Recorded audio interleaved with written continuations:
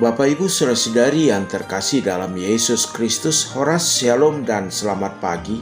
Ketika duka menghampiri bagian dari kehidupan kita, tentu kita mengharapkan apa yang dikatakan dengan penghiburan, penguatan, dan pengharapan. Terlebih duka yang disebabkan oleh perpisahan karena kematian, di mana seakan-akan semuanya telah berakhir. Tetapi bagi orang yang telah menerima keselamatan di dalam Tuhan Yesus Kristus, kematian bukanlah akhir dari segala sesuatu.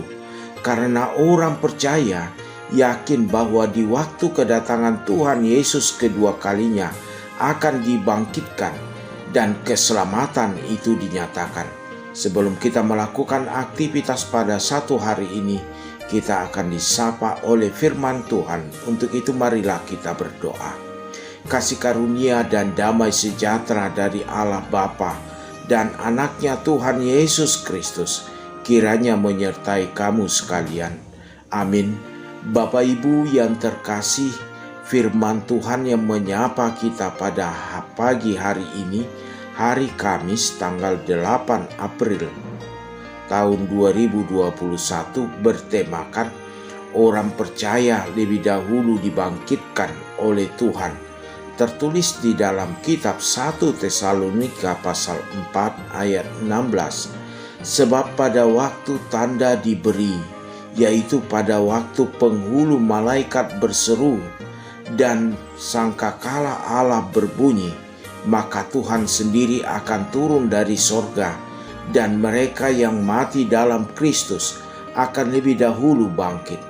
Atau dalam bahasa Batak dikatakan, aina tuat matuhani sian banua gijang, mardongan surak-surak, marsuara maraja ni suru-suruan, tarbege masarune ni dibata, dungi hehe maju molo akan amate di bagasan Kristus.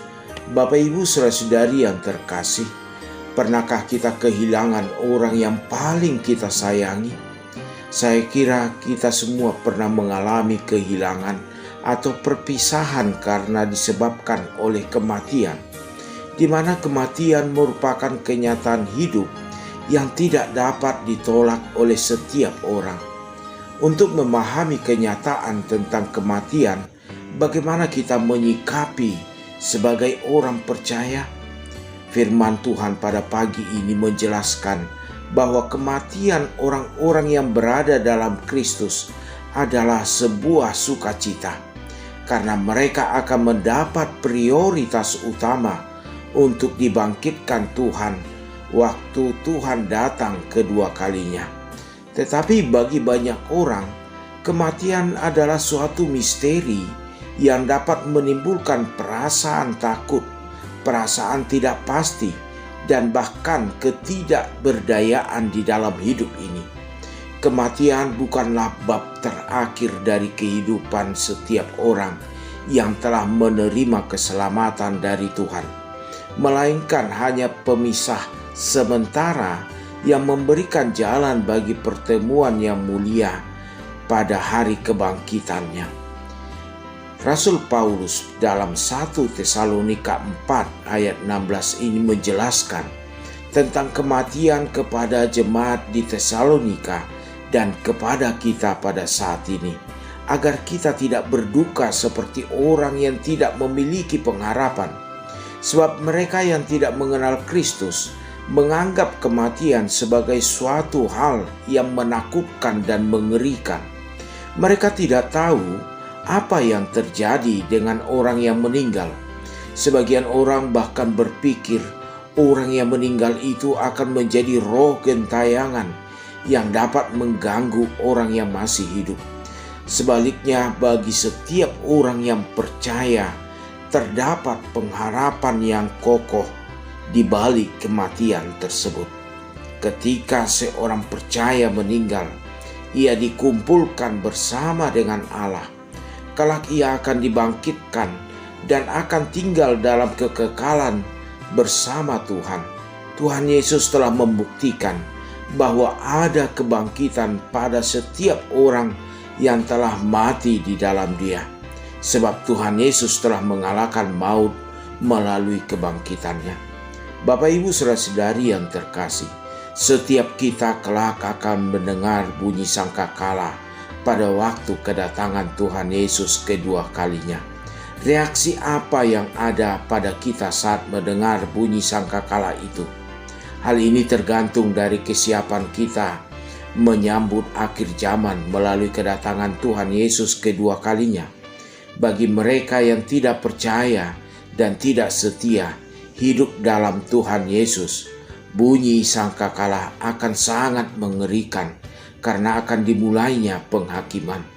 Namun bagi orang yang percaya, bunyi sangkakala merupakan panggilan untuk memasuki kerajaan Allah dan hidup abadi bersama Tuhan Yesus.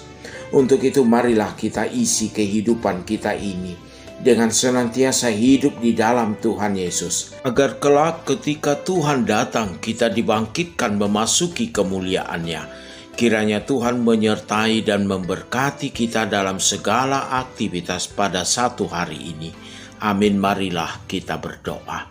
Allah sumber penguatan dan penghiburan dalam hidup kami yang menyatakan kebangkitan setelah kematian. Kiranya ini menjadi pengharapan dalam setiap kehidupan kami. Berkati keluarga kami, anak-anak kami, dan segala aktivitas satu hari ini.